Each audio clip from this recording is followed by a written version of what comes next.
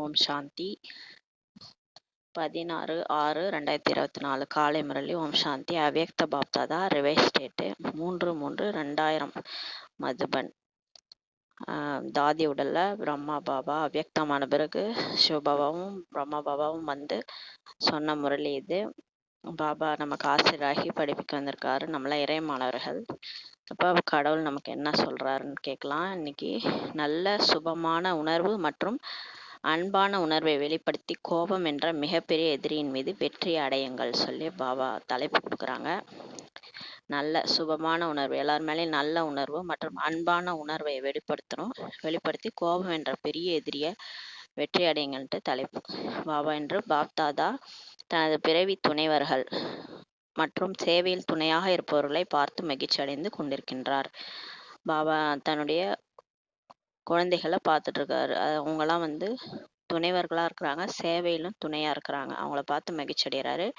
இன்று உங்கள் அனைவருக்கும் கூட பாப்தாதாவின் அலௌகீக பிறந்தநாள் மற்றும் பிறவி துணைவர்களின் பிறந்த நாளுக்கான குஷி இருக்கிறது. அன்னைக்கு சிவ ஜெயந்தி. அதனால பாப்தாதாவுடைய அலௌகீக பிறந்த நாள் மற்றும் பிறவி துணைவர்கள் நமக்கும் பிறந்த நாள் அந்த குஷி இருக்குதுன்னு சொல்லி சொல்றாரு. ஏன்னா எப்படிப்பட்ட விடுபட்ட மற்றும் மிக அன்பான அலௌகீக பிறவி வேறு யாருக்குமே இருக்க முடியாது சொல்லி பாபா சொல்றாங்க. எந்த அளவுக்கு விடுபட்ட மற்றும் அன்பான அலௌகீக பிறவி ஒரு பரிசா மாதிரி, அந்த மாதிரி ஒரு பிறவி யாருக்குமே கிடைக்காது. தந்தையின் பிறந்த நாளே குழந்தையின் பிறந்த நாளாகவும் ஒருபோதும் கேள்விப்பட்டிருக்க மாட்டீங்கன்னு சொல்லி சொல்றாரு. இது விடுபட்ட மற்றும் அன்பான அலௌகீக வைரத்திற்கு சமமான பிறந்த நாளை நீங்கள் இன்று கொண்டாடி கொண்டிருக்கிறீங்கன்னு சொல்லி பாபா சொல்றாங்க. மேலும் அனைவருக்கும் இந்த விடுபட்ட மற்றும் அன்பான நினைவும் இருக்கிறது. இந்த அலௌகீக பிறப்பை, விசித்திரமான பிறப்பை சுயம் தந்தை குழந்தைகளுக்கு கொண்டாடி கொண்டிருக்கின்றார் சொல்லி பாபா சொல்றாரு. இது வந்து ஒரு விடுபட்ட அன்பான பிறப்பு. இது இந்த அலௌகீக பிறப்பை, இந்த விசித்திரமான பிறப்பு, அப்பாவுக்கும் குழந்தைகளுக்கும் ஒரே நாள் தான் பிறந்த நாள். நமக்கு ஞானம் கிடைச்சோடனே அந்த வர சிவ ஜெயந்தியில தான் நமக்கு பிறந்த நாள், புது பிறப்பு நம்ம எடுத்துருக்கிறோம்.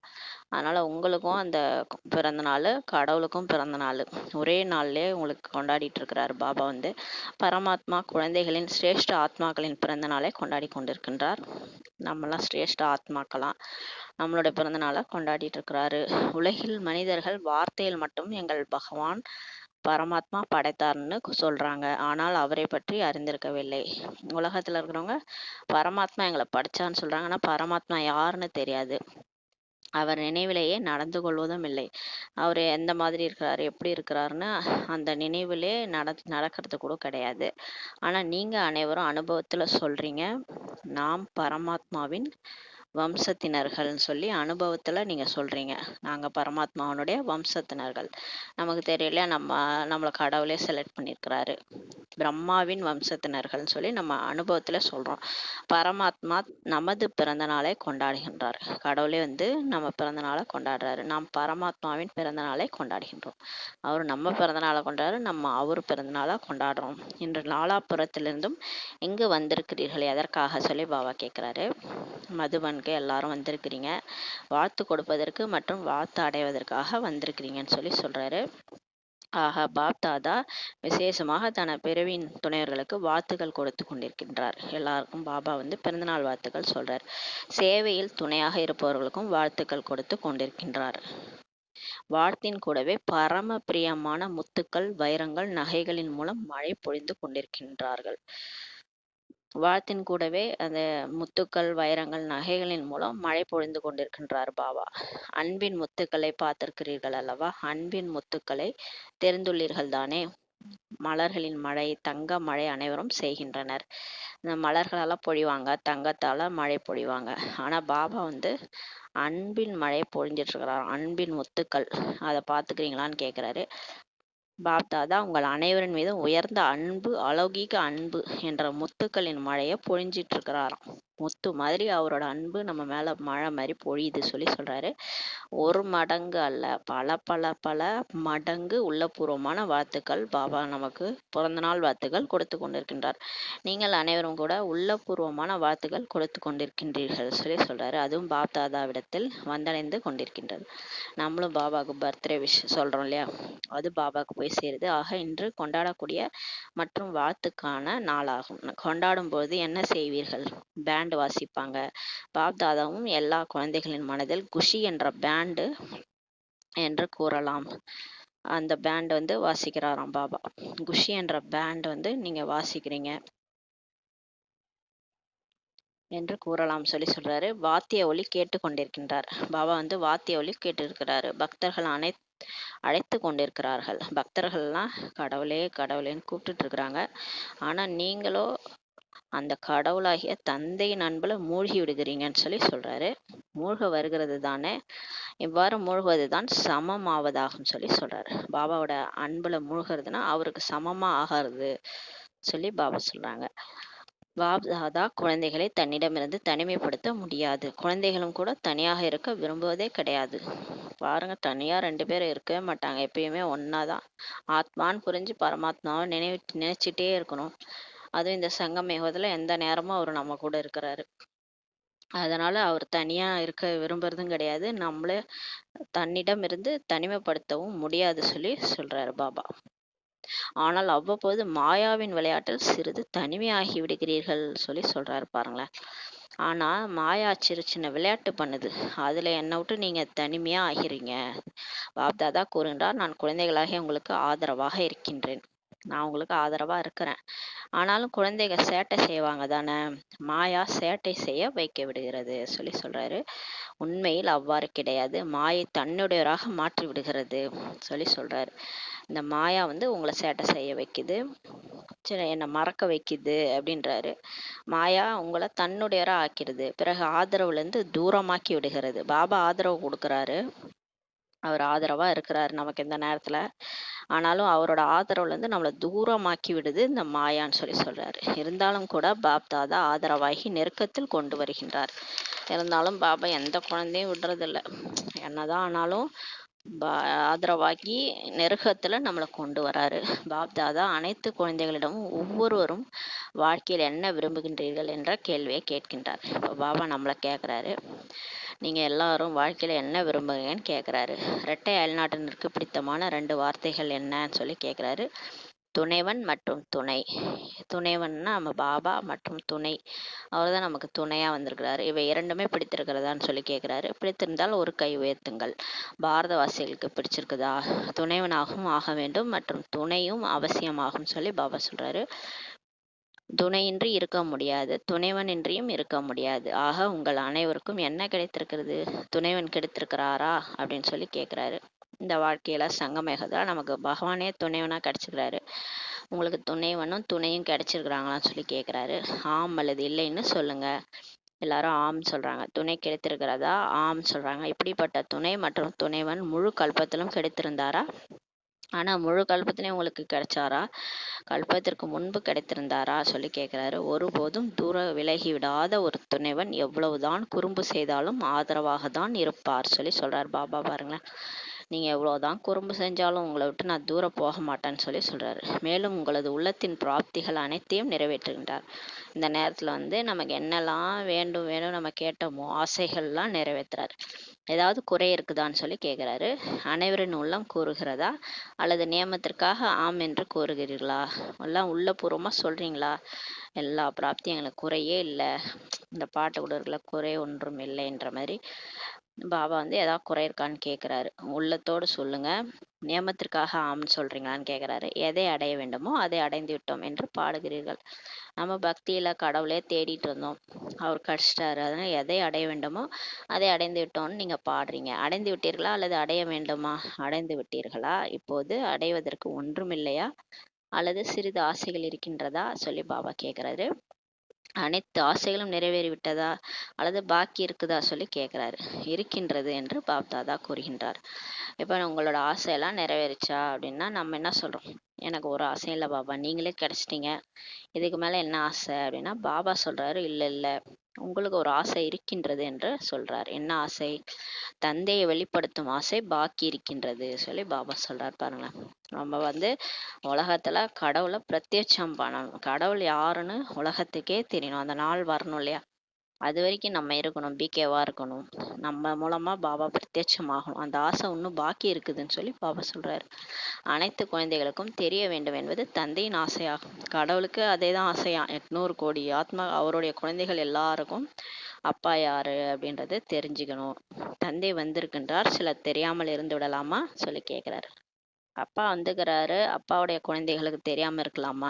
ஆக அனைவருக்கும் குறைந்தது நமது சதா கால தந்தை வந்திருக்கிறார் என்பது தெரிய வேண்டும் என்பது பாப்தாதாவின் ஒரு விசேஷ ஆசையாகும் சொல்லி பாபா சொல்றாரு. பாபாவுக்கு என்ன ஆசைன்னா, உலகம் முழுக்க நான் வந்திருக்கிறேன்னு சொல்லுங்க.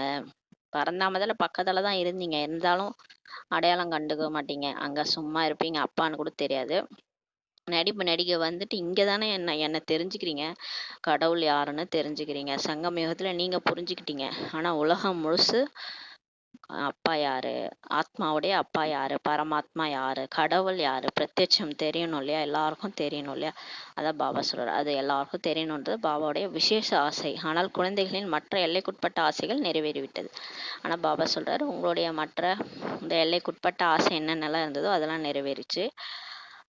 அன்பான ஆசைகள் இருந்துதான் குழந்தைகளுக்கு. மேடைக்கு வர வேண்டும் என்று ஒவ்வொருவரும் விரும்புகின்றனர்.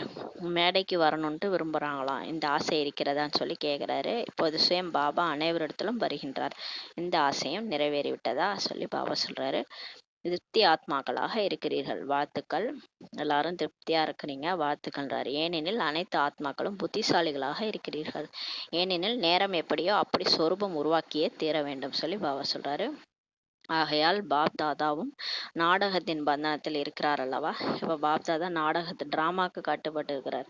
அதனால நேரம் எப்படியோ அந்த மாதிரி சொரூபத்தை உருவாக்கிக்கங்கன்றாரு. எனவே தான் அனைத்து குழந்தைகளும் ஒவ்வொரு நேரத்திலும் திருப்தியாக இருக்கின்றனர் மற்றும் சதா திருப்திமணியாக ஜொலித்து கொண்டே இருக்கின்றனர் சொல்லி பாபா சொல்றாரு. ஏன்னா எதை அடைய வேண்டுமோ அதை அடைந்து விட்டோம் என்று நீங்கள் தான் கூறுகிறீர்கள்.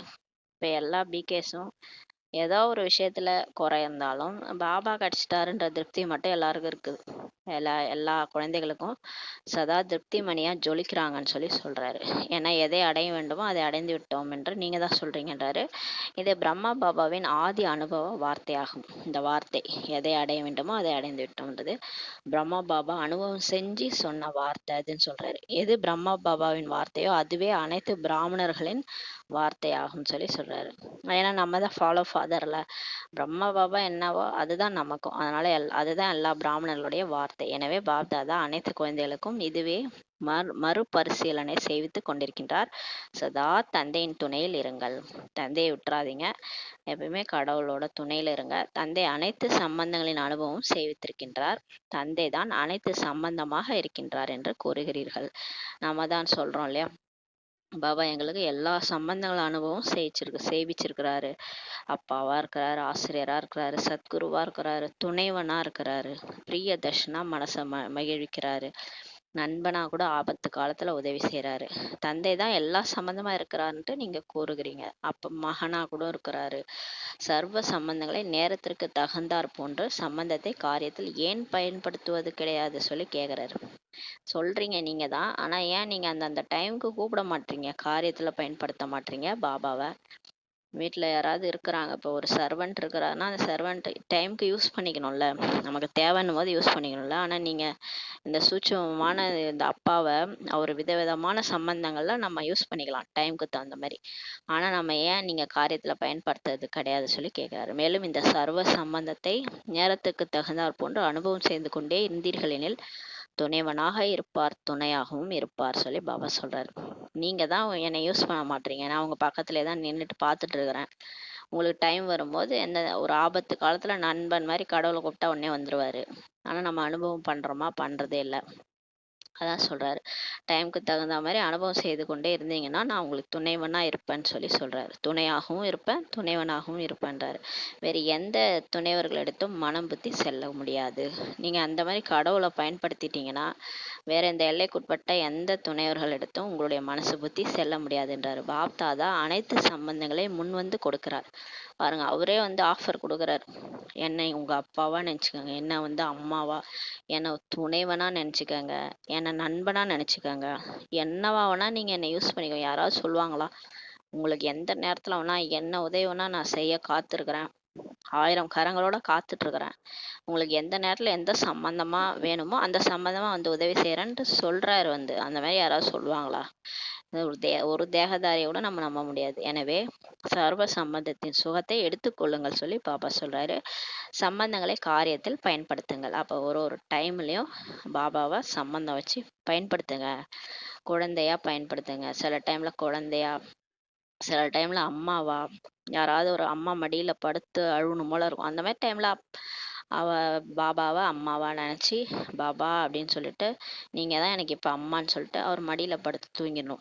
அப்ப அந்த மாதிரி ஒரு காரியத்திலையும் அவரை பயன்படுத்துங்கன்னு சொல்றாரு. அவர் எதுக்கு நம்ம இப்போ அப்பா வந்திருக்கிறாரு, அவர் கடவுள் யூஸ் பண்ணாமலே இருக்கிறீங்களேன்னு சொல்றாரு. சில குழந்தைகள் சில நேரங்களில் தன்னை தனியாக இருப்பதாக அல்லது சிறிது நிராசையின் அனுபவம் செய்கின்றனர் என்பதை பாப்தாதா பார்க்கும்போது கருணை ஏற்படுகின்றது. பாருங்களேன், சில குழந்தைகள் பிகே ஆயிட்டு சில டைம்ல நான் தனியா இருக்கேன், எனக்கு யாருமே இல்லை. ஏன் அப்படி சொல்றீங்க? கடவுள் இல்லையா? நீங்க பிகே ஆயிருக்கிறதே எதுக்கு? உங்களுக்கு துணைவனா கடவுளே வந்திருக்கிறாரு இல்லையா? தனியா இருக்கிறதா அனுபவம் செய்யறாங்க, நிராசையின் அனுபவம் செய்யறாங்கன்னு பாபா பார்க்கும்போது அவங்க மேல கருணை ஏற்படுதான். சொல்றாங்க இல்லையா, இங்க சாக்காரத்துல ஆள் இல்லை, கூட யாரும் இல்லை, துணைவன் இல்லை.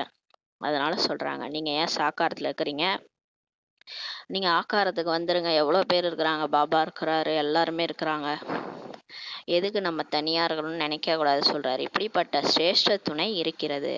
எப்பேற்பட்ட சிரேஷ்ட துணைவனே நமக்கு கிடைச்சிருக்கிறார். பகவானே துணைவனா கிடைச்சிருக்கும் போது நான் தனியா இருக்கிறேன்னு சொல்லலாமா? துணையை காரியத்தில் ஏன் பயன்படுத்துவது கிடையாது சொல்லி கேக்குறாரு. நீங்க ஏன் என்னை யூஸ் பண்ணிக்கிறதே இல்லை அப்படின்னு கேக்குறாரு. 1000 கரங்களோட உங்க பக்கத்துலதான் நிக்கிறேன், என்னை ஏன் நீங்க யூஸ் பண்றதே கிடையாது, பிறகு என்ன கூறுகிறீர்கள்? ஏன் பாப்தாதா கூறியிருக்கின்றார், ஏன் என்று கூறாதீர்கள் சொல்றாரு. அப்புறம் ஏன்ட்டு சொல்றீங்க? பாபா என்ன சொல்லியிருக்கிறாரு? ஏன்னே சொல்லாதீங்க, ஏன் என்பது எதிர்மறையானது சொல்லி பாபா சொல்றாரு. எதிர்மறையான வார்த்தை ஏன். எனக்கு மட்டும் ஏன் இப்படி, நான் மட்டும் தனியா ஏன் இப்படி இருக்கிறேன், இந்த மாதிரி அந்த ஏன் சொல்லாதீங்க, நெகட்டிவான வார்த்தை. பறப்பது என்பது நேர்மறையானதாகும். எல்லாத்தையும் விட்டுட்டு ஃப்ளை ஆயிடுங்க, பறந்து போயிடுங்க.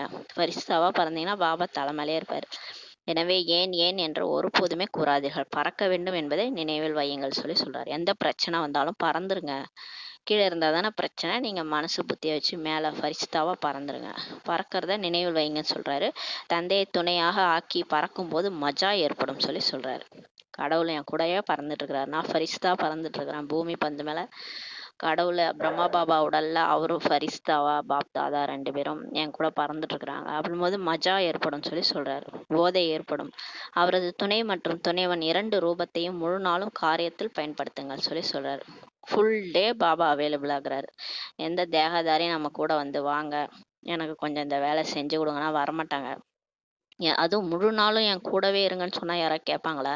வேற வேலை இல்லை, எனக்கு வேற வேலை இருக்குது போயான்னு சொல்லிட்டு போயிடுவாங்க. இங்க பாபா பாருங்களேன், துணை மற்றும் துணைவன் 2 ரூபத்தையுமே பயன்படுத்துங்கன்றாரு. முழு நாளுமே என்னை யூஸ் பண்ணிக்கங்கன்றாரு. முழு நாளும் நான் உங்க கூடவே தான் இருப்பேன், உங்களுக்கு வேணும்னா நான் நெற்றிபுரத்திலே வந்து அவதரிச்சு வேலையை முடிச்சுட்டு போயிடுவேன்றாரு. என்னை பயன்படுத்துங்கன்னு சொல்றாரு. இப்படிப்பட்ட துணைவன் பிறகு எப்போதாவது கிடைப்பாரா சொல்லி கேட்கிறாரு. பாருங்களேன், நம்ம சத்தியுகத்துல கூட இப்படி கிடைக்க மாட்டாங்க துணைவன். இந்த மாதிரி எப்போதாவது ஒரு துணைவன் கிடைப்பாரா? அது இந்த சங்கம யுகத்துலதான் நமக்கு கடவுளே துணைவனா கிடைச்சிருக்கிறாரு. எப்போதா கிடைப்பாரா? புத்தி அளவில் மற்றும் சரீர அளவில் 2லுமே களைப்படைந்து விடும்போது உங்களுக்கு 2 ரூபத்திலுமே மாலிஷ் செய்வதற்கு தயாராக இருக்கின்றார். பாருங்களேன், உங்களுக்கு புத்தி ரொம்ப சோர்வாயிடுது, சரீரமும் சோர்வாயிடுது, உடம்பும் சோர்வா களைப்பாயிடுதுனாலும் 2 ரூபத்துலயும் அவங்க மாலிஷ் செய்யறதுக்கு தயாரா இருக்கிறாராம். வந்து கால் அமிக்கி விடுவாரு, புத்தியிலயும் நமக்கு வந்து ஞானத்தை சொல்லி சொல்லி பாலிஷ் போட்டு விடுவாரு. அதனால மாலிஷ் பண்ணி விடுறேன்றாரு. அது எல்லாத்துக்கும் தயாரா இருக்கிறேன்றாரு. அவரை ஏன் கூப்பிட மாட்டீங்கன்னு கேட்கிறாரு. மனதை மகிழ்ப்பதற்கும் எவர் ரெடியாக இருக்கின்றார். உங்க மனசை மகிழ்ச்சி அடையறது கூட எவர் ரெடியா இருக்கிறாரு. ஆனா அவரை கூப்பிடணுன்றாரு. பிறகு எல்லைக்குட்பட்ட மன மகிழ்ச்சிக்கான அவசியமே இருக்காது.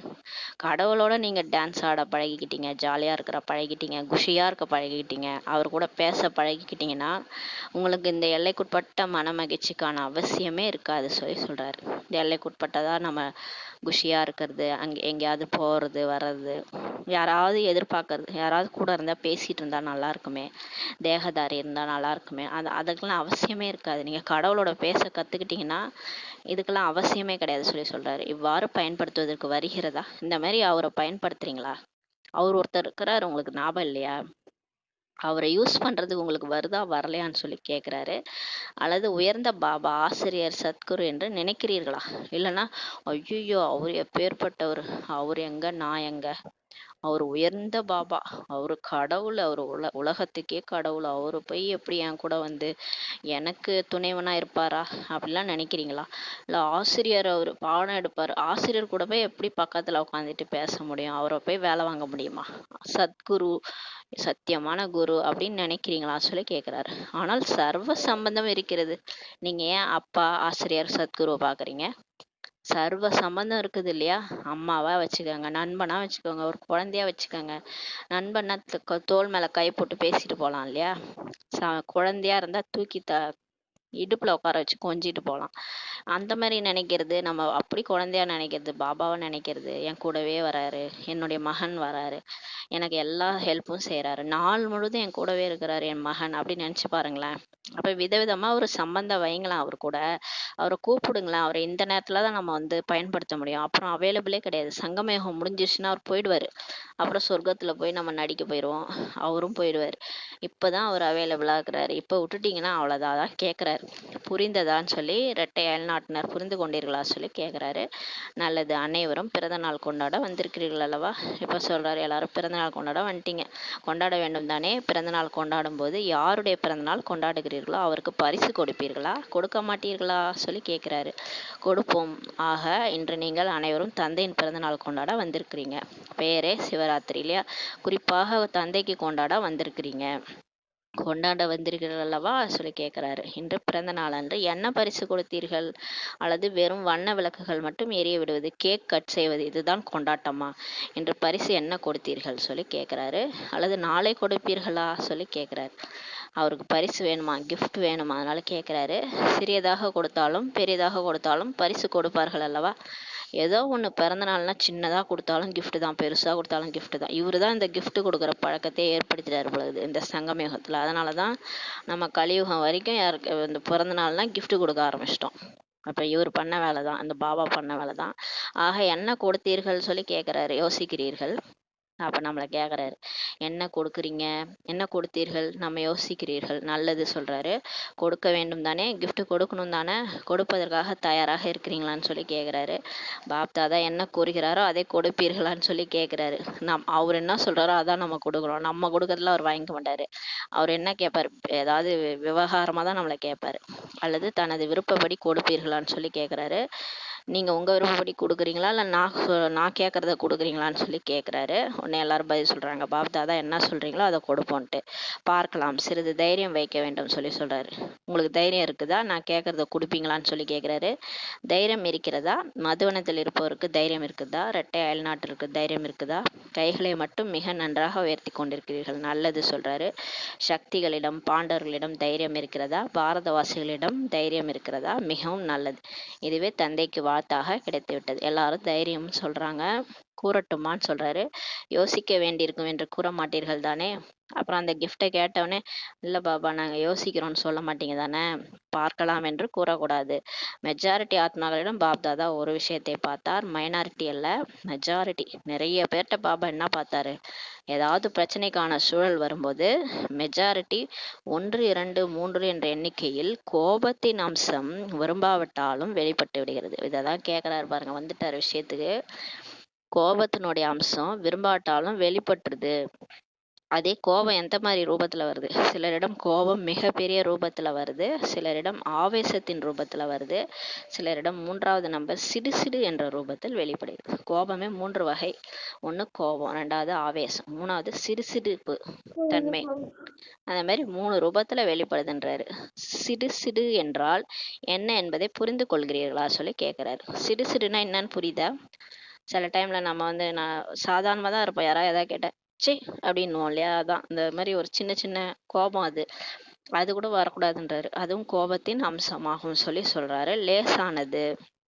ஆனா ஒருவேளை ரொம்ப வேலையா இருந்ததுன்னா அப்பதான் இன்னொரு வேலை வச்சாங்கன்னா அப்புறம் நமக்கு கடுப்பாகும் பாருங்க. அந்த டைம்ல ஒரு சிடு சிடுன்னு நமக்கு ஒரு கோபம் வரும். அது கூட ஒரு கோபத்தின் அம்சம் சொல்லி சொல்றாரு. அது லேசானது தான், ஆனா 3வது நம்பர் அல்லவான்னு சொல்லி சொல்றாரு. அதனால் அது லேசாக இருக்கிறது.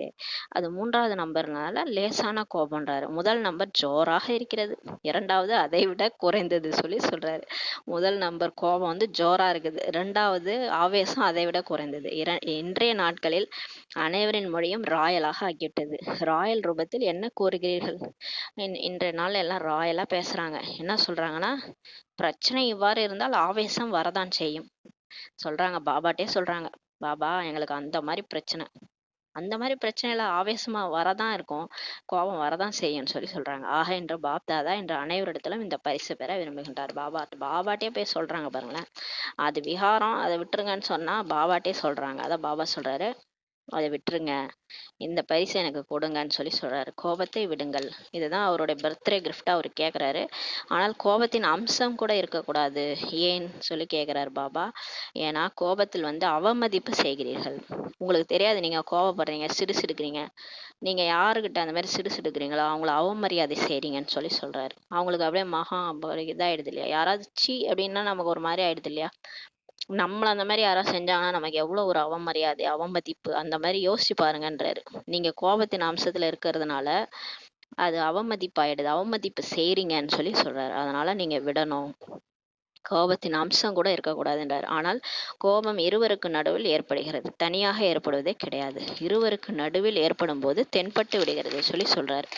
கோபம் எப்பயும் தனியா நம்ம மட்டும் கத்தியும் கிடக்க மாட்டோம். தனியா லூஸ் கத்திட்டு இருந்தா லூஸ்ன்னு சொல்லுவாங்க. நம்ம 2 பேர் நடுவுல தான் அந்த கோபமே வரும். யார்கிட்டயா பேசும்போது அவங்க ஏதாவது நம்மள டென்ஷன் பண்ணியிருப்பாங்க, அவங்க ஏதாவது டென்ஷன் பண்ணியிருப்பாங்க, உடனே நம்ம கத்திருப்போம் இல்லையா? அப்ப 2 பேருக்கு நடுவுல தான் கோபம் வருதுன்றார். மனதளவில் கூட ஒருவர் மீது வெறுப்புணர்வின் அம்சம் இருந்தாலும் மனதளவில் அந்த ஆத்மாவின் மீது கண்டிப்பாக ஆவேசம் வரும் சொல்லி பாபா சொல்றாரு. பாருங்களேன், பாபா சொல்றாரு, வெளியே கோபத்தை காட்டலனா கூட மனசளவுல ஒருவன் மீது வெறுப்புணர்வுடைய அம்சம் இருந்ததுன்னா மனதளவுல அந்த ஆத்மா மீது நமக்கு ஆவேசம் கண்டிப்பா வரும். வெளியே காட்ட மாட்டோம், ஆனா மனசளவுல அவங்க மேல அப்படியே ஒரு கோல்டு வார் மாதிரி இருக்கும். அப்படியே அவங்கள பார்த்தாலே வந்துட்டாங்க அப்படின்ற மாதிரி கோபம் வரும். அது அந்த மனசளவுல இருந்தா கூட அந்த மாதிரி வரும்ன்றாரு, ஆவேசம் வரும்ன்றாரு. ஆக அவமதிப்பதற்கான இந்த காரணம் பாப்தாதாவிற்கு பிடிக்கவில்லை. இப்ப பாபாவுக்கு என் குழந்தைகள் தேவதையா இருந்தவங்க சத்தியுகத்துல, எப்படி ஒரு பால் பாயசம் மாதிரி இருந்தவங்க இந்த மாதிரி ஒரு சின்ன விஷயத்துக்காக சிடுசிடுக்கிறாங்களே, அவமதிக்கிறாங்களே, இந்த காரணம் பாபாவுக்கு பிடிக்கல. எனவே கோப உணர்வு துளிகளும் உருவாகக்கூடாது சொல்லி பாபா சொல்றாரு. எனவே நீங்க கோபப்படுறது எனக்கு பிடிக்கல, பாபாவுக்கு பிடிக்கல, அதனால விட்டுருங்கன்றாரு. கோப உணர்வு துளிகளும் உருவாகக்கூடாதுன்றாரு.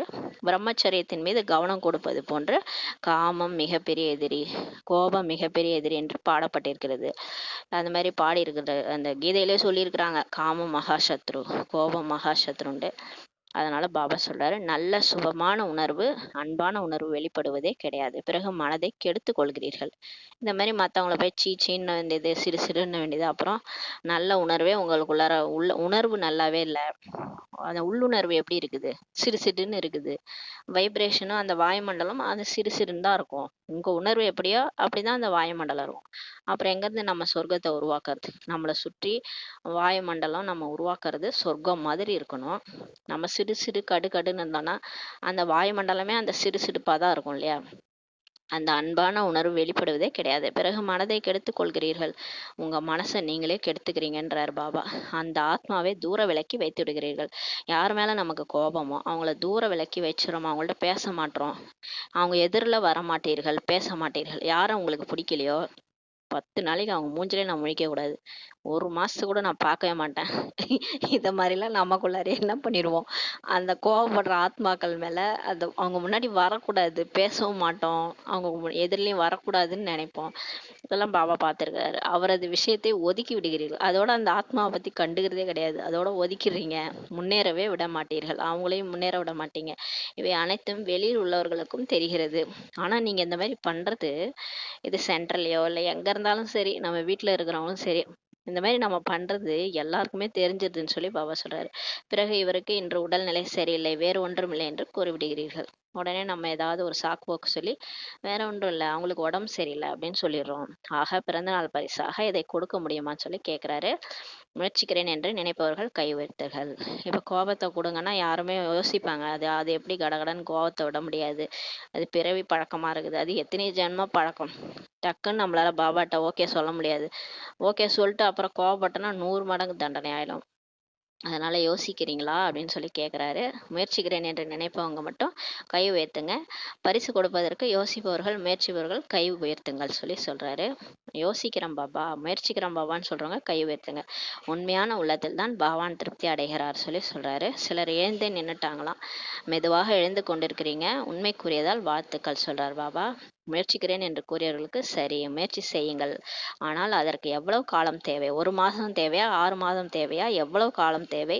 விட்டு விடுறீங்களா அல்லது விடுவதற்கான லட்சியமே கிடையாதா சொல்லி பாபா கேட்குறாரு. பாருங்க, கோபத்தை விடுறதுக்கான ஒரு லட்சியமே வைக்கலையா? முயற்சிக்கிறேன் என்று கூறியவர்கள் மீண்டும் எழுந்து நில்லுங்கள் சொல்றாரு. 2-3 மாதங்களில் முயற்சி செய்துவிட்டு விடுவேன். 2-3 மாதம் மட்டும் முயற்சி செய்து விட்டு விடுவேன் என்று நினைப்பவர்கள் கை உயர்த்துங்கள்ன்றாரு. 6 மாதங்கள் தேவை என்று நினைப்பவர்கள் 6 மாதங்கள் முடிந்ததும் குறைக்க வேண்டும் சொல்லி சொல்றாரு. கொஞ்சம் கொஞ்சமா குறைச்சிருங்கன்றாரு பாபா. இங்க பாருங்க, ஏதோ இந்த ட்ரிங்க்ஸுக்கு ஹேபிட்ஸுக்கு பழக்கமானவங்கள விட்டுருங்க, கொஞ்சம் கொஞ்சமா விட்டுருங்கன்ற மாதிரி இருக்குது பாபா நம்மளை கோபத்தை விட சொல்றது. அந்த அளவுக்கு அடிக்ட் ஆகி போயிருக்கிறோம் ஒரு கெட்ட பழக்கத்துக்கு, அதாவது கோபப்படுறோம். இது அரைக்கல்பமா நமக்கு பழக்கமாயிடுச்சுன்னு சொல்றாரு. இந்த விஷயத்தை விட்டுவிடக்கூடாது, ஏனெனில் மிகவும் அவசியமாகும். இது அப்படியே லேசா அப்படியே விட்டுறாதீங்க. கோபப்படுறது தானே, அது ஒன்றும் இல்லை, எல்லாருக்கும் வர்றது தானே சிடு சிடுன்னு இருக்கிறது. அது ஒன்றும் சாதாரண விஷயம் கிடையாது, மிகவும் அவசியம். இதில் அவமதிப்பு தென்படுகிறது சொல்லி சொல்றாரு. நீங்க பண்றது அவமதிக்கிற மாதிரி இருக்குது, அது தென்படுது. அந்த மாதிரி தேவதைகள் இருக்க மாட்டாங்க. அவங்க லட்சுமி நாராயணச்சின்னு சொல்லுவாங்களா, சிரிச்சிருப்பாங்களா? அந்த மாதிரி இருக்கவே மாட்டாங்க. அந்த மாதிரி நம்ம சொர்க்கத்துக்கு போறோம், அங்க போய் தேவதையா லட்சுமி நாராயணனோட ராஜ்யத்துல இருக்க போறோம். அப்பனா அங்க போய் சிறு சிறுன்னு நம்மளால இருக்க முடியுமா? அப்ப இங்க அந்த இதை மாத்தணும். அதுக்குதான் சொல்றாரு, வாயில கூறாதீர்கள், தோற்றம் வெளிப்படுத்துகிறது சொல்லி சொல்றாரு. வாயால சொல்லாதீங்க. மேல இருந்து பாபா போட்டோ எடுத்து பாக்குறாரு. அதுல முகத்தை பார்த்தாலே கண்டுபிடிச்சிடறாரு, உங்கள்ட்ட கோபம் இருக்கு, உள்ளுணர்வுல கோபத்தை வெளிப்படுத்துறாங்கன்னு கண்டுபிடிச்சிடறாரு. ஆனால் யாரெல்லாம் தைரியம் வைத்தீர்களோ அவர்கள் அனைவரின் மீதும் பாப்தாதா ஞானம், அன்பு, சுகம், சாந்திக்கான முத்து மழையை பொழிந்து கொண்டிருக்கிறார் சொல்லி சொல்றாங்க. தைரியம் வச்சு கண்டிப்பா விட்டுறேன் பாபான்னு யாரெல்லாம் சொல்றாங்களோ அவங்களுக்கு பாபா ஞானம், அன்பு மழை, சுகம் மழை, சாந்தி மழை, முத்து மழையை பொழிஞ்சிட்டு இருக்கிறார். நல்லது. கைமாறாக பாப்தாதா அனைவருக்கும் விசேஷமாக இந்த வரதானம் கொடுத்துக்கிறார். தவறுதலாக விரும்பாவிட்டாலும் சில நேரம் கோபம் வந்து விட்டாலும் மனதார என்ன சொல்லுங்க, இனிமையான பாபா என்று கூறும்போது தந்தையின் அதிகப்படியான உதவி தைரியமானவர்களுக்கு கண்டிப்பாக கிடைத்து கொண்டே இருக்கும் சொல்லி பாபா சொல்றாரு. பாபா சொல்றாரு, இன்னைக்கு ஒரு வரதானம் கொடுத்துட்டாரு. தவறுதலாக விரும்பாவிட்டாலும் உங்களுக்கு கோபம் வந்துருச்சு சில நேரம், ஏன்னா அந்த மாதிரி ஏதோ ஒரு பிரச்சனை, நம்ம அவ்வளோ கோபப்படுத்தினாங்க, ஒரே மானமே போயிடுச்சு, அந்த மாதிரி கோபப்படுத்திட்டாங்கன்னா நம்ம என்ன பண்றது? பாபா சொல்றாரு, மனசார இனிமையான பாபான்னு சொல்லுங்க போதுன்றாரு. மனதார இனிமையான பாபான்னு சொல்லுங்க. அப்ப பாபா அதிகப்படியான உதவி தைரியமானவருக்கு கண்டிப்பாக கொடுப்பார். அது அவரோட உதவி நம்மளால அனுபவம் செய்ய முடியும். அப்படியே கோபம் குறைஞ்சிரும். எப்படி நம்ம 1லேருந்து 100 வரைக்கும் என்னன்னு சொல்லுவாங்க தெரியுமா? சாதாரணமா சொல்லுவாங்க, உனக்கு கோபம் வருதா, ஒரு டம்ளர் தண்ணி குடி, ஒரு சொம்பு தண்ணி குடி, இல்ல 1லேருந்து 100 வரைக்கும் என்னன்னு சொல்லுவாங்க. இங்க பாபா நமக்கு சொல்றாரு பாருங்களேன், இனிமையான பாபான்னு சொல்லுங்க. வெறும் பாபான்னு கூட சொல்லக்கூடாது சொல்றாரு. அடுத்த லைனே சொல்றாரு, இனிமையான பாபா என்று கூற வேண்டும். வெறும் பாபா என்று கூட கூறக்கூடாது. வெறும் பாபான்னு சொல்லக்கூடாது. எப்படி சொல்லணும்? இனிமையான பாபா என்று கூறும்போது தான் உதவி கிடைக்கும் சொல்றாரு. கண்டிப்பாக கிடைக்கும். அப்படியே கோபம் எங்க போச்சுன்னே தெரியாது, பறந்து போயிடும். இனிமையான பாபான்னும் போது நம்ம பாபா யாரு? இனிமையானவர். அப்ப அவருடைய குழந்தைகள் நம்ம யாரு? இனிமையானவங்க. அப்ப நம்ம கோவப்படலாமா? தப்பு இல்லையா? அதனால அந்த இனிமையான பாபான்ற வார்த்தையை நம்ம ஞாபகம் வந்துருச்சுன்னா போதும், மனசார சொல்லிட்டோம்னா அந்த டைமே அந்த கோபம் வந்து போயிடும். எந்த மாதிரி டைம்ல? தவறுதலா விரும்பாவிட்டாலும் சில நேரம் கோபம் வந்துட்டா கூட அந்த மாதிரி டைம்ல மனசார இனிமையான பாபான்னு கூப்பிடுங்க. அப்படியே பஞ்சா பறந்துரும், கோபம் பறந்துரும்னு சொல்றாரு. அவரோட உதவி கிடைக்கும், கண்டிப்பா கிடைக்கும்னு சொல்றாரு. ஏனெனில் லட்சியம் வைத்திருக்கிறீர்கள் அல்லவா? ஏன்னா நம்ம லட்சியம் வச்சுட்டோம், நான் கோபத்தை விட்டே ஆகணும், ஏன்னா நான் தேவதை ஆகணும், லட்சியம் வச்சிட்டோம் இல்லையா? அதனால பாபா சொல்றாரு, லட்சியத்தின் மூலம் லட்சணம் வந்தே ஆக வேண்டும். யார் லட்சியம் வைக்கிறாங்களோ அவங்களுக்கு அந்த லட்சணம் வந்தே ஆகணும்னு சொல்லி சொல்றாரு. மதுவனத்தில் உள்ளவர்கள் கை உயர்த்துங்கள், செய்தே ஆக வேண்டும் தானே? ஆம், வாழ்த்துக்கள், மிகவும் நன்று. இன்று விசேஷமாக மதுவனத்தில் உள்ளவர்களுக்கு டோலி கொடுப்பேன்னு சொல்லி சொல்றாரு. அதிக உழைப்பு செய்கின்றனர். பாருங்க, மதுவனத்தில் இருக்கிறவங்க ரொம்ப உழைப்பு. அவங்க தான் அங்கே பேஸே. அவங்கள பார்த்து தான் உலகமே மாறணும் இல்லையா? அதனால அவங்களுக்கு விசேஷமா டோலி கொடுக்குறாரு. அதிக உழைப்பு செய்யறாங்க இல்லையா? கோபத்திற்காக கொடுக்கவில்லை, உழைப்பதற்காக கொடுப்பேன்னு சொல்லி சொல்றாரு. அவர் பாபா கோபத்தை விடுறதுக்காக கொடுக்கல, டோலி உழைப்பிற்காக கொடுக்குறார். அனைவரும் புரிந்து கொண்டு கை உயர்த்துகிறீர்கள், ஆகையால் டோலி கொடுப்பேன். மிக நன்றாக உழைப்பு செய்கிறீர்கள். சேவையின் மூலம் அனைவரையும் திருப்திப்படுத்துவது, இது மதுவனத்தின் உதாரணமாகும். மதுபன் போனாலே நமக்கு தெரியும், எல்லாரையும் திருப்திப்படுத்துவாங்க. அந்த 12 மணிக்கு போனா கூட டிரைவர் இருப்பாரு, நம்மளை கொண்டு போய் விடுவாங்க. அது மாதிரி சாப்பாடு அன்பா பரிமாறுறது, எல்லா சேவையுமே நம்ம மதுபன்ல பார்க்க முடியும். இவ்வளோ அன்பா கவனிச்சுக்குவாங்களா? இது யாரு? யாரோ அங்க சேவிக்கிறாங்கன்றத நம்மளால உணர முடியும். கடவுள் வந்து அங்க எல்லாரையும் சேவிக்கிறாருன்றது தெரியும். அவ்வளோ அன்பா எல்லாருமே நடந்துக்குவாங்க. பாபா சொல்றாரு, சேவையின் மூலம் அனைவரையும் திருப்திப்படுத்துறது, இது மதுவனத்தோட உதாரணம் சொல்றாரு. ஆகையால் இன்று வாயை இனிப்பாக்குவேன்னு சொல்லி சொல்றாரு. எல்லாருக்கும் இனிப்பு வைக்கிறார் வாயில. இவர்களது இனிப்பான வாயை பார்த்து நீங்கள் அனைவரும் கூட வாயை இனிப்பாக்கி கொள்ளுங்கள் சொல்லி சொல்றாரு. குஷி ஏற்படும் அல்லவா? இதுவும் பிராமண குடும்பத்தின் ஒரு நாகரிகமாகும். அதாவது குஷி கொடுக்கறது, வாயில ஸ்வீட் வைக்கிறது பிராமண குடும்பத்தினுடைய நாகரிகம் சொல்லி சொல்றாரு. இன்றைய நாட்களில் நீங்கள் அமைதிக்கான நாகரிகம் என்று நிகழ்ச்சி கொண்டாடி கொண்டு இருக்கிறீர்கள் அல்லவா? இப்போ கல்ச்சர் ஆஃப் பீஸ்னு ஒரு நிகழ்ச்சியெல்லாம் நடத்துகிறீங்க. எனவே இதுவும் முதல் நம்பர் நாகரிகமாகும். பிராமண குலத்தின் நாகரிகம், ஸ்வீட் எடு கொண்டாடு சொல்றாங்க இல்லையா? அந்த இது கூட ஆடு கூட வரும், ஸ்வீட் எடு கொண்டாடு. அதுதான் நம்மளோட நாகரிகமும். அதாவது வாயை இனிப்பாக்குங்க, குஷியா இருங்க. இதுதான் பிராமணருடைய நாகரிகம். பாப்தாதா பார்த்தால் தாதி பரிசு கொடுக்கும்போது அதில் ஒரு துணிப்பையும் இருக்கும். எப்பயுமே வந்து தாதி பரிசு கொடுப்பாங்க, இப்போ காஷ்மீரி தாதி. அப்போ வந்து அது கூட ஒரு பரிசு இருக்குமா, ஒரு துணிப்பையும் இருக்குமா. பரிசு கொடுக்கும்போது அந்த துணிப்பையில் என்ன எழுதியிருக்குன்னா, குறைவா பேசுங்க, மெதுவா பேசுங்க, இனிமையா பேசுங்கன்ட்டு எழுதப்பட்டிருக்கும் சொல்றாரு. ஆக இன்று பாப்தாதா இந்த பரிசு கொடுத்து கொண்டிருக்கின்றார். துணிப்பை கொடுக்கவில்லை, வரதானமாக இந்த வார்த்தைகளை பரிசா நமக்கு கொடுக்குறாரு. ஒவ்வொரு பிராமணனும் முகம் மற்றும் நடத்தையில பிராமண நாகரிகம் வெளிப்படணும் சொல்றாரு. நிகழ்ச்சிகள் செய்வீர்கள், சொற்பொழிவும் செய்வீர்கள், ஆனால் முதலில் தனக்குள் இந்த நாகரிகம் அவசியமாகும் சொல்லி சொல்றாரு. உங்களுக்கு அந்த நாகரிகம் அவசியமா இருக்கணும், குஷியா இருக்கணும், குறைவா பேசணும், இனிப்பா பேசணும். இதெல்லாம் வந்து நம்ம பிராமணனோட நாகரிகம் சொல்லி சொல்றாரு. மெதுவா பேசணும், குறைவா பேசணும், இனிமையா பேசணும் சொல்றாரு. சிலர் எப்படி உள்ளனர், சிலர் அப்படி இல்லை. ஒவ்வொரு பிராமணனும் புன்முறுவலுடன் ஒவ்வொருவரின் சம்பந்தத்திலும் வர வேண்டும் சொல்லி சொல்றாரு. எல்லார்ட்டையும் புன்முறுவலோட பழகணும். சிலர் எப்படி உள்ளனர், சிலர் அப்படி இல்லை. மற்றவர் எப்படிப்பட்டவர்களாக இருந்தாலும் சரி, அவரை பார்த்து நீங்கள் நாகரிகத்தை விட்டு விடாதீர்கள் சொல்லி சொல்றாரு. பாபா எப்படி எல்லாருக்கிட்டையும் அப்படி பழகிறது? சிலர் சரியில்லை, சிலர் மூஞ்ச உருன்னு வச்சிருக்காங்க, நாங்க போய் சிரிச்சா கூட அவங்க பிடிக்கல, அதெல்லாம் சொல்லாதீங்கன்றாரு. யார் எப்படிப்பட்டவங்களா இருந்தாலும் அவரை பார்த்து நீங்க நாகரிகத்தை விட்டுடாதீங்க, கடந்து போன விஷயங்களை மறந்துடுங்க, புது கலாச்சார நாகரிகத்தை வாழ்க்கையில காட்டுங்க. இந்த புது கலாச்சாரத்தை நாகரிகம் சொல்றாங்க இல்லையா, மாடர்ன், நவநாகரிகம் சொல்கிறாங்களோ அதை வந்து வாழ்க்கையில் இப்போ காட்டுங்க. இப்போ பிராமணனோட நாகரிகத்தை வாழ்க்கையில் காட்டுங்க, இப்போது காட்ட வேண்டும், சரிதானேன்னு சொல்கிறாரு. அனைவரும் ஆம் என்று கூறினார். இது மிகவும் நன்றாக இருக்கிறது. இரட்டை அயல்நாட்டினர் சரி என்று கூறுவதில் நன்றாக இருக்கின்றனர். பாரதவாசிகளுக்கும் சரி என்று கூறுவது ஒரு நியமமாகவே இருக்கிறது. மாயாவிடம் முடியாது என்று கூறுங்கள் போதும். ஆத்மாக்களிடம் சரி சரி என்று கூறுங்கள். மாயாவிற்கு இல்லை. மாயாட்ட போய் சரின்னு சொல்றாதீங்க, முடியாதுன்னு சொல்லுங்க. ஆனால் பாபாவுடைய குழந்தைகள்கிட்ட சரின்னு சொல்லுங்க. நல்லது. அனைவரும் பிறந்தநாள் கொண்டாடி விட்டீர்களா? கொண்டாடினீர்கள். பரிசு கொடுத்து விட்டீர்கள். பரிசு அடைந்தும் விட்டீர்கள் சொல்கிறாரு. நல்லது. உங்கள் கூடவே மற்ற இடங்களிலும் வேறு சபைகள் கூட்டப்பட்டிருக்கிறது. சில இடங்களில் சிறிய சபை, சில இடங்களில் பெரிய சபை. அனைவரும் கேட்டுக்கொண்டிருக்கிறார்கள், பார்த்தும் கொண்டிருக்கிறார்கள். அங்கே மதுபனில் மட்டும் கிடையாது, நிறைய இடத்துல பாபா மீட்டு சென்டரில் சின்ன சின்ன இடம், பெரிய பெரிய சபையெல்லாம் கூட்டப்பட்டிருக்குது. அவர்களுக்கும் பாப்தாதா இதே தான் சொல்கிறாரு. இன்றைய நாளில் நீங்கள் அனைவரும் கூட பரிசு கொடுத்தீர்களா இல்லையா? ஆமாம் என்று அனைவரும் கூறிக்கொண்டிருக்கிறீர்கள். நன்றாக இருக்கிறது. தூரத்தில் அமர்ந்திருந்தாலும் எதிரில் கேட்டுக்கொண்டிருப்பது போல இருக்கிறது சொல்கிறாரு. தூரத்தில் இருந்தால் கூட எல்லாருக்கும் எதிரில் கேட்டுட்ருக்கிற மாதிரி இருக்குது. அந்த மாதிரி இப்போ சயின்ஸு முன்னேறிடுச்சு இல்லையா? மதுபனில் நடக்கிறது நம்ம இங்கே டிவியில் பார்க்குறோம். ஏனெனில் விஞ்ஞானிகள் அந்த அளவுக்கு முயற்சி செய்கின்றனர். அந்த மாதிரி விஞ்ஞானிகள், சயின்டிஸ்ட்டு அதிக உழைப்பு செய்கிறாங்க இல்லையா? ஆகையால் அதன் அதிகப்படியான லாபம் பிகேஸ்க்கு ஏற்பட வேண்டும் சொல்கிறாரு. எப்போது சங்கமேகம் ஆரம்பமானதோ அப்போதிலிருந்தே இந்த விஞ்ஞான சாதனங்களுக்கு அதிகரித்து கொண்டு பாருங்கள். இப்போ பாபா வந்து ஆத்மா பரமாத்மா சந்திக்கும் போதுலேருந்து இந்த சயின்ஸ் அதிகமாக விஞ்ஞான வளர்ச்சி அதிகரிச்சிச்சு. ஏன்னா நமக்காக தான் சொல்கிறாரு.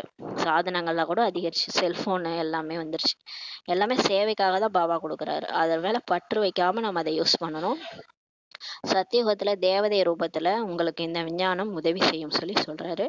சத்தியுகத்தில் இதே சயின்ஸ் வரும், ஆனால் தேவதை ரூபத்தில் உங்களுக்கு உதவி செய்யும். ஆனால் சங்கமயுகத்திலும் விஞ்ஞான சாதனம் பிராமணர்களாகி உங்களுக்கு கிடைத்து கொண்டிருக்கிறது, சேவைக்காகவும் கிடைக்கிறது. இப்போ உங்களுக்கு சயின்ஸ் மூலமாக நிறைய செல்ஃபோனு இந்த மாதிரி சாதனங்கள்லாம் சேவைக்காக கிடைக்கிறது. பிரத்யட்சம் செய்வதிலும் கூட இந்த விஞ்ஞான சாதனம் மிகவும் பரந்த ரூபத்தில் உதவி செய்யும் சொல்கிறாரு. பாபாவை பிரத்யட்சம் செய்கிறது கூட இந்த சயின்ஸ் சாதனங்கள் ரொம்ப பரந்த ரூபத்தில் உதவி செய்யும். கடைசியில் பாருங்களேன், கடவுள் வந்துட்டான்ற செய்தி இந்த விஞ்ஞானத்தின் மூலமாக தான் வெளியே வரும்ன்றார். ஆகையால் விஞ்ஞானத்திற்கு நிமித்தமாக இருப்பவர்களுக்கும் பாப்தாதா உழைப்பிற்கான வாழ்த்துக்கள் கொடுக்கின்றார். அதனால் யாரெல்லாம் சயின்ஸுக்கு கருவியாக இருக்கிறாங்களோ அவங்களுக்கு வாழ்த்துக்கள் கொடுக்குறாரு. மதுவனத்திலும் உள்நாடு அயல்நாட்டிலிருந்தும் அழகான கார்டு, கடிதம் மற்றும் அன்பு நினைவிற்கான செய்தி அதிகம் அனுப்பியிருப்பதை பாப்தாதா பார்த்தார். எல்லாரும் பாபாவுக்கு கார்டு அனுப்பிச்சிருந்தாங்க, கடிதம், அன்பு நினைவிற்கான செய்தி எல்லாத்தையும் பார்த்தாரு. பாப்தாதா அவர்களுக்கும் விசேஷமாக அன்பு நினைவுகள் மற்றும் பிறந்த நாளிற்கான பல கோடி மடங்கு வாழ்த்துக்கள் கொடுத்து கொண்டிருக்கின்றார். ஒரு குழந்தைகளும் விட்டு வைக்கல, எல்லாருக்கும் பாபா என்ன பண்ணுறாரு பாருங்க, வாழ்த்துக்கள் கொடுக்குறாரு. அனைத்து குழந்தைகளும் பாப்தாதாவின் கண்களின் எதிரில் வந்து கொண்டிருக்கின்றனர். எல்லாரையும் கண்ணு முன்னாடி பார்க்குறாரு. நீங்கள் கார்டு மட்டுமே பார்க்குறீங்க, ஆனால் பாப்தாதா குழந்தைகளை கண்களால் பார்த்து கொண்டிருக்கிறார். அந்த கார்டு அனுப்புன குழந்தைய கண்களால் பார்த்துட்டு இருக்கிறானா, கார்டை மட்டும் பார்க்கலையாம். பாருங்க, இந்த மாதிரி ஒரு அன்பானவரை நம்ம வாழ்க்கையில் சந்திக்கவே முடியாது. அப்படி ஒத்திக்கிறாரு, கண்ணில் வச்சுக்கிறாரு குழந்தைகளை. மிக அன்பாக அனுப்பியிருக்கிறீர்கள். அதே அன்புடன் பாப்தாதா அதை ஏற்றுக்கொண்டார். கடவுளுக்கு அன்பா அனுப்பிச்சிருக்கிறாங்க எல்லாரும் கார்டு, அதே அன்போட பாபா அதை ஏற்றுக்கிட்டாரு. சிலர் தங்களது மனநிலையை பற்றியும் எழுதியிருக்கின்றனர். சிலர் கார்டில், கடிதத்தில் பாபா அவங்க படுற கஷ்டத்தை எழுதியிருக்கிறாங்க. பாப்தாதா கூறுகின்றார், பறந்து செல்லுங்கள் மற்றும் பறக்க வையுங்கள். நீங்களும் பறந்துருங்க, எல்லாரையும் பறக்க வைங்கன்னு சொல்கிறாரு. பறப்பதன் மூலம் எல்லா விஷயங்களும் கீழேயே இருந்துவிடும். மேலும் நீங்கள் சதா உயர்ந்ததிலும் உயர்ந்த தந்தையுடன் உயர்வாக இருப்பீர்கள் சொல்கிறாரு. எந்த பிரச்சனையாக இருந்தாலும் ஃபுல் ஸ்டாப் வச்சுட்டு பாருங்க, எல்லாரையும் பறக்க வைங்கன்னு சொல்கிறாரு. வினாடியில் முற்றுப்புள்ளி மற்றும் சக்திகளின் குணங்களின் பங்கை வெளிப்படுத்துங்கள் பாபா சொல்கிறாரு. வினாடியில் ஃபுல் ஸ்டாப் வச்சுட்டு சக்திகளின் குணங்களின் பங்கையை எல்லாருக்கும் வெளிப்படுத்துங்கன்னு சொல்கிறாரு. நல்லது.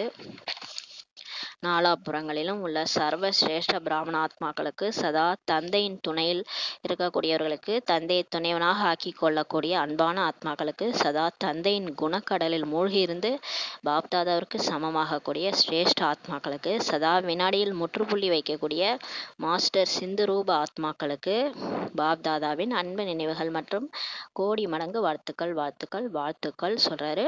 ஒவ்வொரு நேரத்திலும் ஒவ்வொரு குழந்தைக்கும் பாப்தாதா நமஸ்தே செய்கின்றார். இன்றும் நமஸ்தே சொல்கிறாரு. நம்மளும் பாபாவுக்கு நமஸ்தே சொல்கிறான். பாபாவிற்கு நமஸ்தே நமஸ்தே நமஸ்தே. Good morning Baba. வரதானம்: தூய்மையின் சக்திசாலியான திருஷ்டி விருத்தியின் மூலம் அனைத்து பிராப்திகளையும் செய்விக்கக்கூடிய, துக்கத்தை நீக்கி சுகம் கொடுப்பவர் ஆகுக. நம்மளுடைய தூய்மையினுடைய சக்திசாலியான திருஷ்டி மூலமா, உள்ளுணர்வு மூலமா இப்போ நம்ம பாபா குழந்தையாயிட்டு தூய்மையாயிட்டே வரும். நம்மளை பதித்த பாவனரேன்னு கூப்பிட்டா நம்மளை வந்து தூய்மையற்ற நிலையிலேருந்து தூய்மையாக்கிட்டு இருக்கிறாரு. அந்த தூய்மையாகி நம்மளுடைய சக்திசாலியான திருஷ்டி உள்ளுணர்வு மூலம் எல்லா பிராப்திகளையும் மற்றவங்களுக்கு செய்விக்கணும்.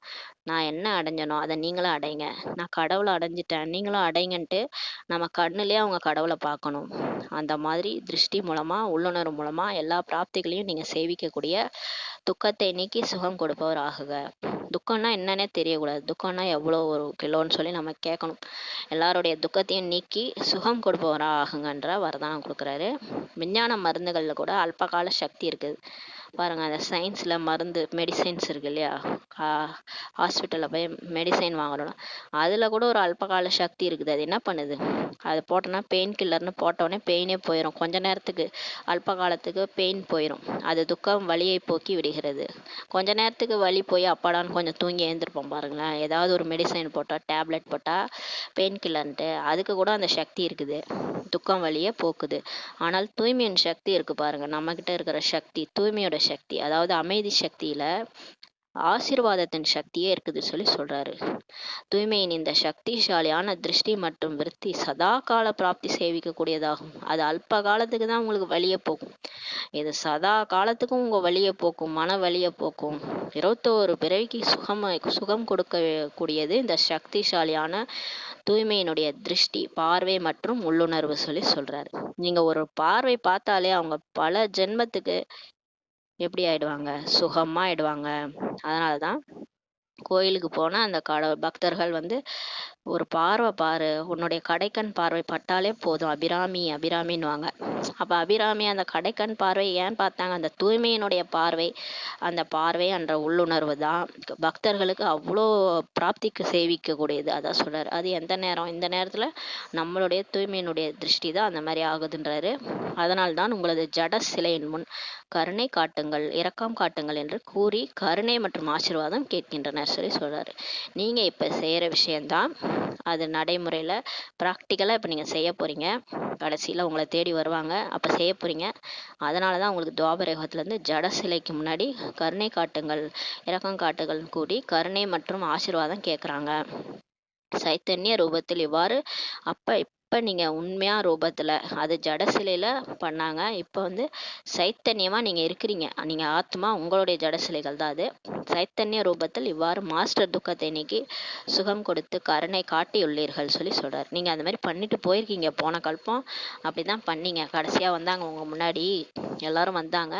நீங்க மாஸ்டர் துக்கத்தை நீக்கி சுகம் கொடுத்து கருணை காட்டியிருக்கிறீங்க. அதனாலதான் உங்க ஜட சிலைக்கு முன்னாடி அபிராமி கருணை காட்டு தாயே, கடைக்கண் பார்வை என் மீது பாருன்னெலாம் பாடுறாங்கன்னா நீங்கள் அந்த மாதிரி பண்ணிட்டு போயிருக்கீங்கன்றார். எனவே தான் பக்தியிலும் பூஜிக்கப்படுகிறீர்கள். அந்த மாதிரி நீங்கள் யார் பண்ணுறாங்களோ அவங்க தான் வந்து பக்தியில் கூட பூஜிக்கப்படுறாங்கன்னு சொல்லி பாபா சொல்கிறாங்க.